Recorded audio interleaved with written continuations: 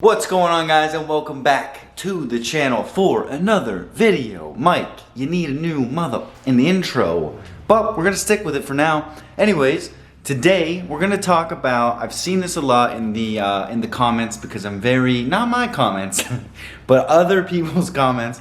Some of you might know I'm pretty active in just other fitness channels. I like to see what you guys want so I can try to make the content, because I know that these creators, once they get to a certain level, they don't really reply to your responses, and rightfully so. I mean, there's just too many, right? But I kind of like to get in the comments, so I kind of have my finger on the pulse, if you will, to see what do you guys want to see? What are some things that you guys watching the videos out there want to see? There are things out there that are not being addressed. One of them is calves, not today. Sorry to burst your bubble. And the other one is forearms and grip strength. So I want to go over that real quick with you guys right here. Now I just want to start off by saying, so that, oh, this looks a little crooked here, so that I'm not like a hypocrite, right? Because I don't want to tell you guys that I've done this. I haven't. I don't train my forearms.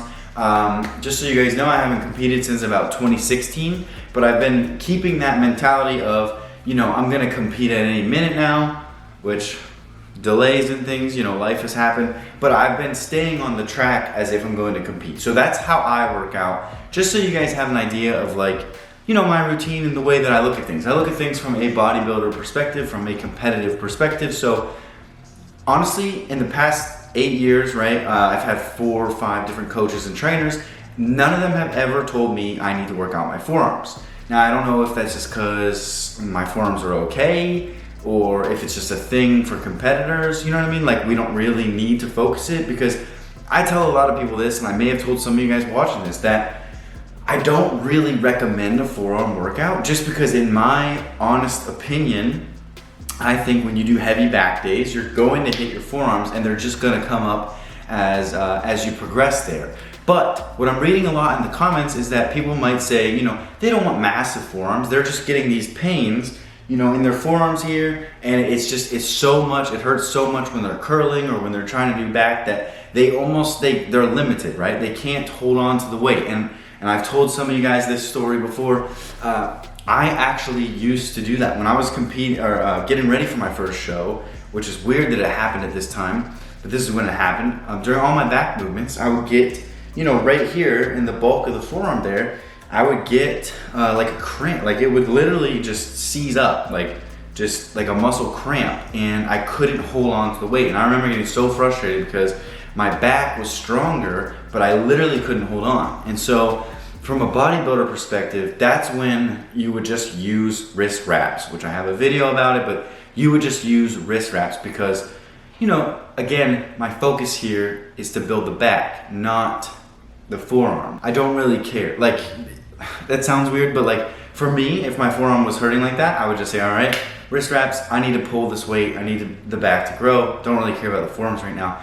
But that's what I was saying to you guys is, if you're really concerned about it, take the wrist wraps off and just fight through it. Because what ended up happening was, I don't even remember when it stopped happening, but at a certain point, my forearms, they just stopped hurting, and I never ever had the pain again. So maybe that will be a fix for you guys, maybe not. But I did some research, and for those of you that really want some forearm exercises to try out and to do, I've done the research on these for you guys, and I put together the list of the best ones I could find. And so that's what we're gonna go over today. Starting with the first one that I've actually had buddies do, when they wanted to work on their grip strength. It's called a farmer's walk, excuse me. So what you do is, some gyms actually have it's not a machine, but it looks like you can use it for traps and not rows, but you know, shrugs, that's the word, good job. You can use it for shrugs and things like that. It's basically like, it has 2 handles, and it's kind of like this, right? It's kind of like a bracket almost, it looks like, if you looked at it. And you can put weights on both sides, and you can pick it up, and you can do shrugs. Or the farmer's walk is when you would grab that and you just walk. You literally just walk up and down the gym. That's it. And what it does is, because you're holding onto this weight, you're just tying under tension with your forearms. It will fry them. I've tried it You know what I mean? I've actually tried it just for fun, but I've never actually like trained at it. Or you can do it with dumbbells. Pick up a heavy set of dumbbells and you don't have to do anything with them. Just hold on to them as tight as you can and walk. That's it. The second one that I could recommend to you guys is called a wrist curl. So you're gonna take a barbell, right? And behind your back here, you want your thumbs not to wrap over the bar like that. You actually want them to come this way. So you have like an open hook grip there. All you're gonna do there is twist up and squeeze. And then back down, twist up and squeeze. A third one that I read about and I watched online, it seems like a really, really good one because a lot of people focus on right here and all that, but nobody really focuses on this, like stabilizing, right? So what you wanna do is you wanna take a kettlebell, okay, and you wanna hold it like this, and you wanna keep your arms fixed, just like this, and you just wanna move your wrist down and up, just like that. That's it. That's the entire motion. And you want a kettlebell because you want the weight out here to be offset. If you do it with a dumbbell, you kind of get the results, but that's not what we want. Like we want some weight that's gonna be offset. So that's why you would use the dumbbell, the kettlebell right there. And then you just kind of do this wrist motion. Don't flick it like I do. Go down and up. Nice and slow and controlled, just like I always preach. Another one that this is one that I do actually do, not, I guess intentionally, you'll see what I mean. So it's the reverse curl. So a reverse curl is just, instead of grabbing the barbell like this and you're curling up, you're gonna grab it like this. And you're still doing the same thing. You want your form to be everything the same. You don't wanna bring it up like this, like a T-Rex. You wanna keep everything straight, just like you would a regular curl, and you're just gonna grab it, instead of grabbing it underhand like that, you're gonna grab it overhand. And then, same grip as I talked about before, don't wrap around like that, wrap around like that. It forces you to use those forearms, and then when you're curling up, it's just gonna burn the forearms because you're basically holding onto a weight, and while you curl it up, so it is working your arms as well, but the weight is actually suspending, or it's being suspended in the air because your thumb isn't wrapped underneath to kind of like catch it.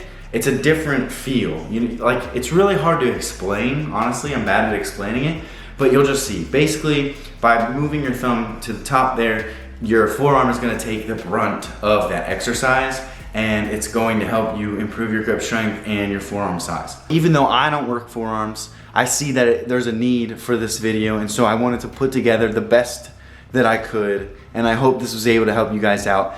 Please make sure you smash that like button. If you enjoyed the video, leave a comment down below. If you have a question for me, I'll do my best to answer it. Or if you made it this far in the video, that really means a lot to me. Be sure to subscribe and hit that notification bell so you don't miss any of my new upcoming content. And I will see you guys in the next one.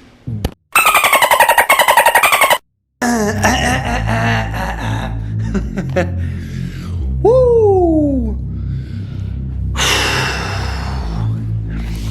What's going on, guys?